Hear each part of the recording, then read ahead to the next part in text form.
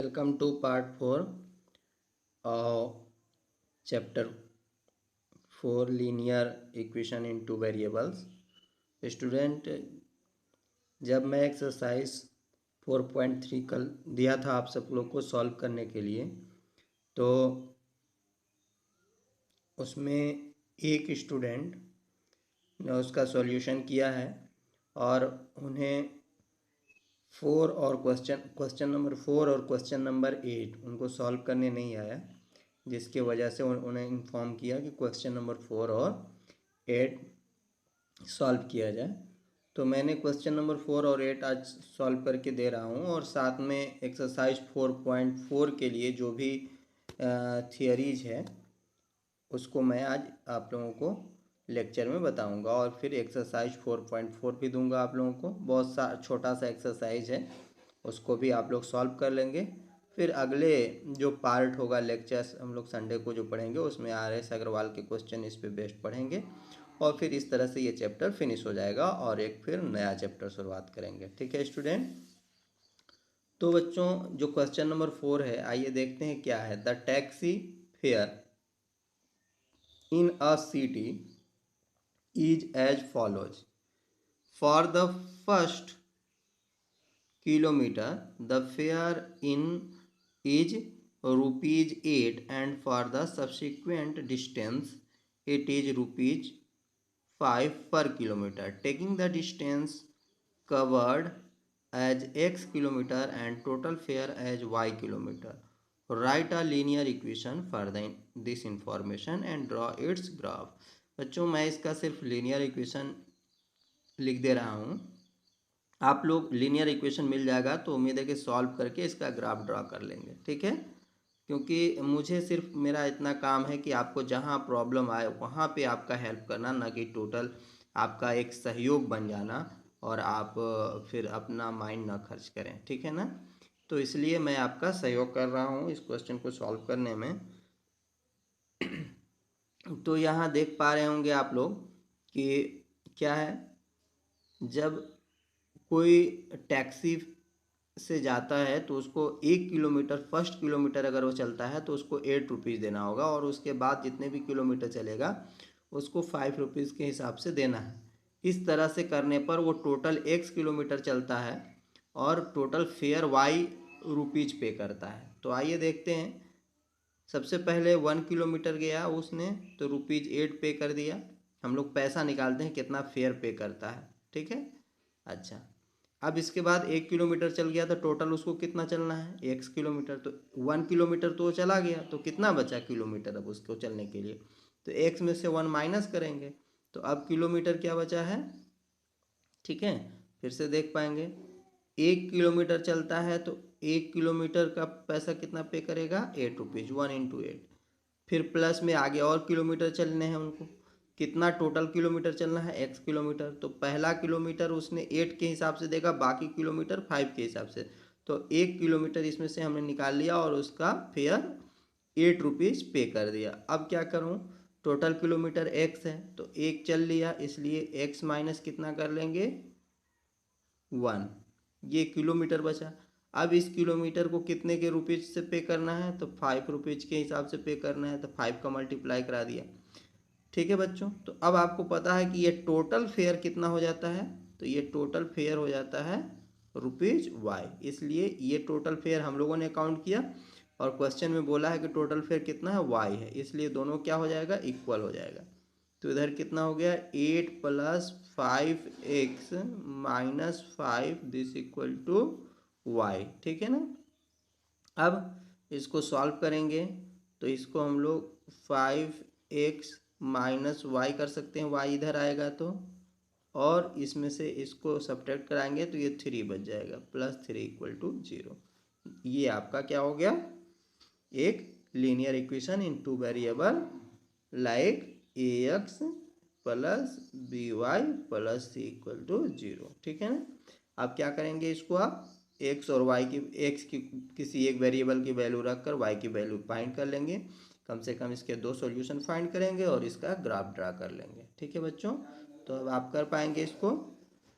अगला है एक क्वेश्चन नंबर 8 कि यूएसए और कनाडा में टेम्परेचर फ़ारेनहाइट में मेजर किया जाता है और इंडिया में टेम्परेचर सेल्सियस में मेजर किया जाता है, और दोनों टेम्परेचर के यूनिट के बीच एक रिलेशन दिया गया है F = 9/5C+32।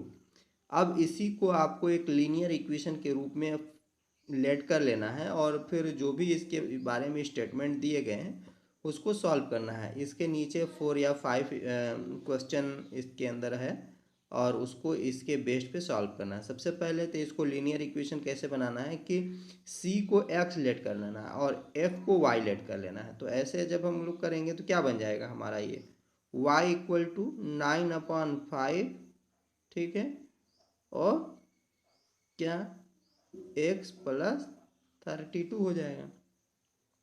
ठीक है बच्चों, इसके बाद अगर इसको हम लोग और भी सॉल्व करना चाहें तो हम लोग क्या कर सकते हैं, इसको हम लोग y = 9x प्लस इसमें एलसीएम ले लेंगे तो कितना हो जाएगा 5 2 जा 10 का 0 कैरी 1 5 3 जा 15 और 1 60, ठीक है, और अपॉन में कितना 5 क्रॉस मल्टीप्लाई करा दिया जाए तो ये हो गया 5y = 9x प्लस में 160। ठीक, इसके बाद फिर क्या हो जाएगा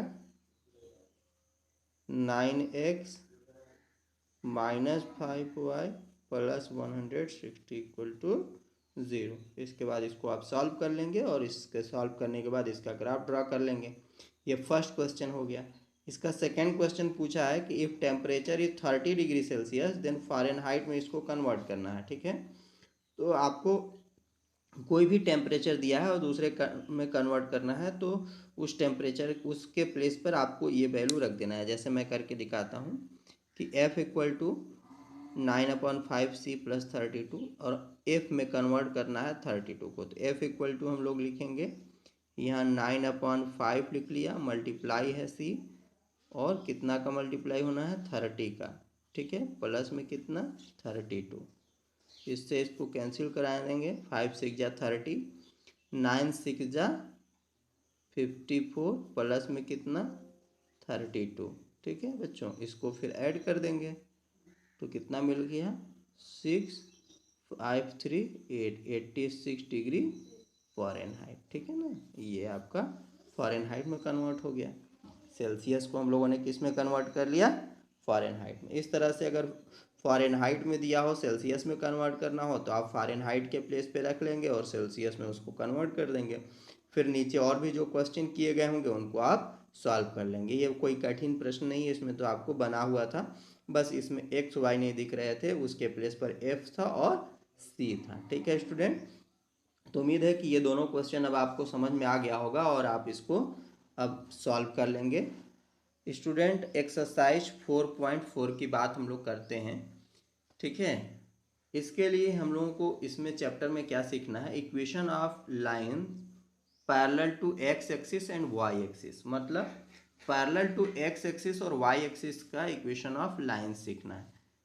ठीक है, तो स्टूडेंट जब पैरेलल टू एक्स एक्सिस या वाई एक्सिस कहते हैं तो अगर एक्स एक्सिस कहेंगे तो एक वेरिएबल्स, मतलब कभी भी हम लोग किसी भी एक्सिस के पैरेलल की बात करेंगे तो उसमें सिर्फ एक ही वेरिएबल दिखेंगे, दूसरे वेरिएबल नहीं दिखेंगे। ठीक है ना, जैसे अगर हम लोग बात करें किसी भी नंबर को कि वो पैरेलल टू एक्स एक्सिस है तो कोई line parallel to X axis कैसे होगा, ये हमारा एक एक्सिस बन गया, इसमें पैरेलल टू एक्स एक्सिस तो ये एक्स हो गया, तो ये या तो ऊपर से पास करेगा ऐसे या नीचे से इस तरह से पास करेगा, ये पैरेलल टू एक्स एक्सिस हुआ।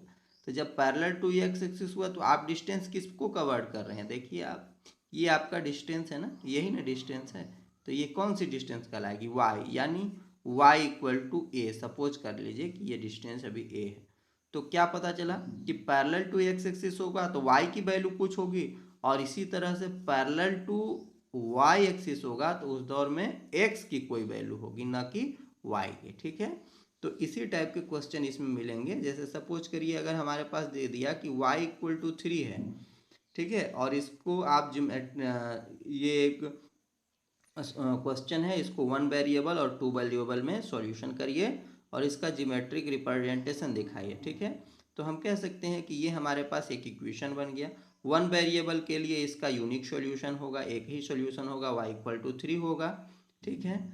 अच्छा, इसके बाद फिर क्या करें, इसका टू वेरिएबल्स के लिए हम लोग जब करेंगे तो इसमें हम लोग को क्या कर लेना चाहिए, 0x कर लेना चाहिए अपने से, प्लस y इक्वल टू कितना कर लेंगे स्टूडेंट, 3। ऐसा करने से कोई प्रॉब्लम तो आना नहीं चाहिए आप लोगों को। ठीक है। अब आता है कि हम लोग को x की वैल्यू आर्बिट्रेरी रूप से ले लेना है। सपोज करिए x की वैल्यू हमने 1 ले लिया तो y की वैल्यू कितना मिल जाएगा, 3 मिल जाएगा। फिर x की वैल्यू सपोज करिए 4 ले लिए, तब भी y की वैल्यू कितना मिलेगा, 3 मिलेगा, है ना, क्योंकि x 0 है। तो इस तरह से हम लोग x की वैल्यू एक मिल गया 1 और एक 4 है, y की 3। तो हमारे पास दो कोऑर्डिनेट मिल गया, एक 1,3 एक 4,3। अब इनका यूज़ करके हम लोग क्या करा लेंगे, एक ग्राफ ड्रा कर सकते हैं बड़े आराम से। और जिस लाइन का इक्वेशन क्या होगा, y इक्वल टू 3 होगा। सपोज करिए ऐसे बनाएंगे। ठीक है। फिर 1,3 हमको चेक करना है, 1,3 सपोज करिए यहाँ हुआ 4,3। ठीक है। x पे 4 y पे 3, तो 4 इधर हुआ y पे 3 इधर, ऐसे होगा। फिर इस तरह से ये लाइन पैरेलल ही जब भी जाएगा तो उसमें आपको नहीं है, जब भी अगर कोई एक ही वेरिएबल है दूसरा वेरिएबल नहीं है तो पैरेलल ही होगा। बस उसको ड्रॉ कैसे करें, कहाँ से, ये हो गया। ठीक है। और इसमें हम लोग y इक्वल टू 3 लिख देंगे और ये पॉइंट लिख देंगे। इस तरह से ये आप एक्सरसाइज सॉल्व कर सकते हैं। बस इतना ही कुछ आएगा, इसमें 2 क्वेश्चन सिर्फ है इस एक्सरसाइज में और इसी पर बेस्ड है जो मैंने आप लोगों को बताया, इसलिए आपको घबराने की ज़रूरत नहीं है, बड़े आराम से आप इसको सॉल्व कर लेंगे। ठीक है बच्चों, तो उम्मीद है कि आज का आप काम कर पाएंगे इस लेक्चर को देखने के बाद। इसलिए मैं आज आपके लेक्चर को यहीं स्टॉप करता हूँ और फिर अगले दिन हम लोग नए एक्सरसाइज के साथ मिलेंगे। Okay, thanks.